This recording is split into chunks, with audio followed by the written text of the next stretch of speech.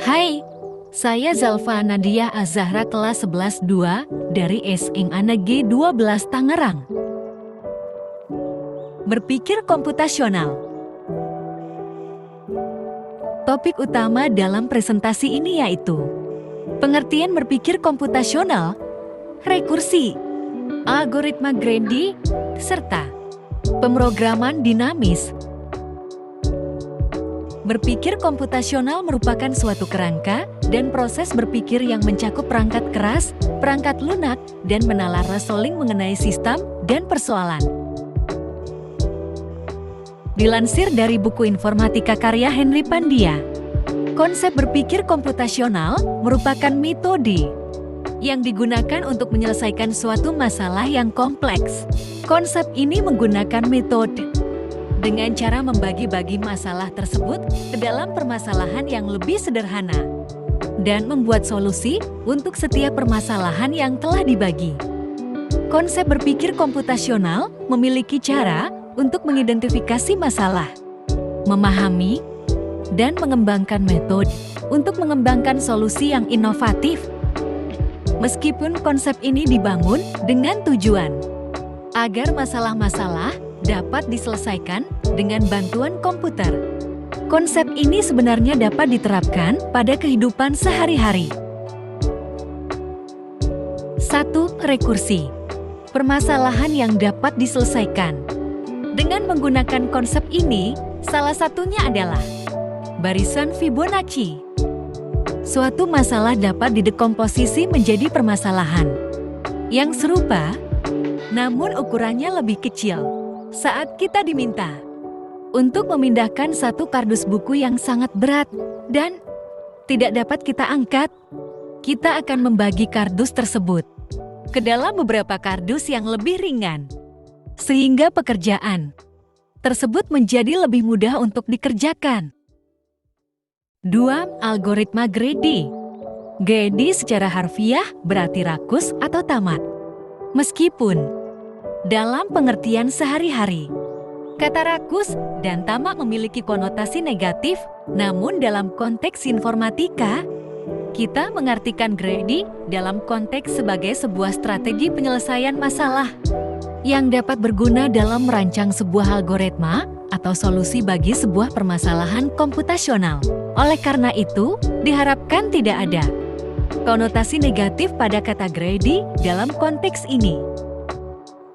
Teknik Grady adalah salah satu teknik penyelesaian masalah yang biasa digunakan untuk menyelesaikan permasalahan optimasi. Permasalahan optimasi berarti kita ingin menghitung sebuah hasil yang terbaik dari sebuah proses tertentu. Terbaik di sini dapat berarti nilai yang paling kecil ataupun paling besar, tergantung dari jenis permasalahannya.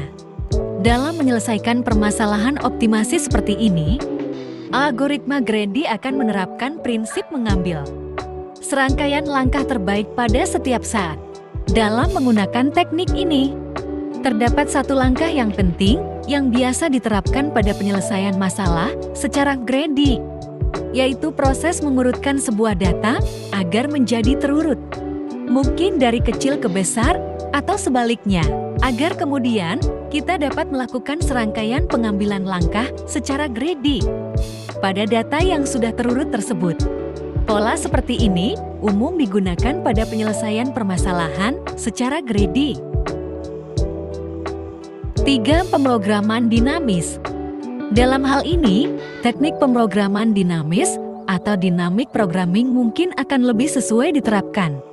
Teknik DP mengandung dua unsur utama, yaitu sebagai berikut. 1. Optimasi. Mencari nilai terkecil atau terbesar melalui serangkaian pilihan. Serupa dengan teknik Grady, kita harus menentukan rangkaian langkah apa yang akan menghasilkan nilai optimal di akhir. Namun, berbeda dengan permasalahan yang dapat diselesaikan dengan teknik Grady. Permasalahan yang sesuai untuk teknik DP memiliki struktur sedemikian rupa, sehingga pilihan langkah terbaik saat ini belum tentu merupakan pilihan terbaik secara keseluruhan. Sehingga prinsip Grady belum tentu dapat diterapkan dan semua kemungkinan kombinasi pilihan langkah harus diperhitungkan. 2. Nilai optimal yang diinginkan untuk permasalahan tersebut biasanya dapat dinyatakan sebagai kombinasi optimal dari sub-sub permasalahan yang sama, tetapi dengan ukuran yang lebih kecil atau dengan kata lain dapat dinyatakan secara rekursif.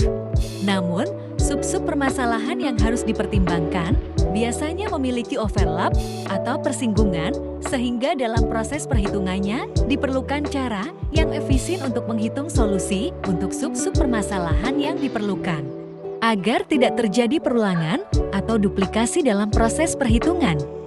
Cara yang umum digunakan adalah dengan menyimpan semua solusi dari subproblem yang sudah diketahui dalam sebuah tempat penyimpanan atau tabel. Teknik ini biasa disebut sebagai teknik memorisasi. Terima kasih.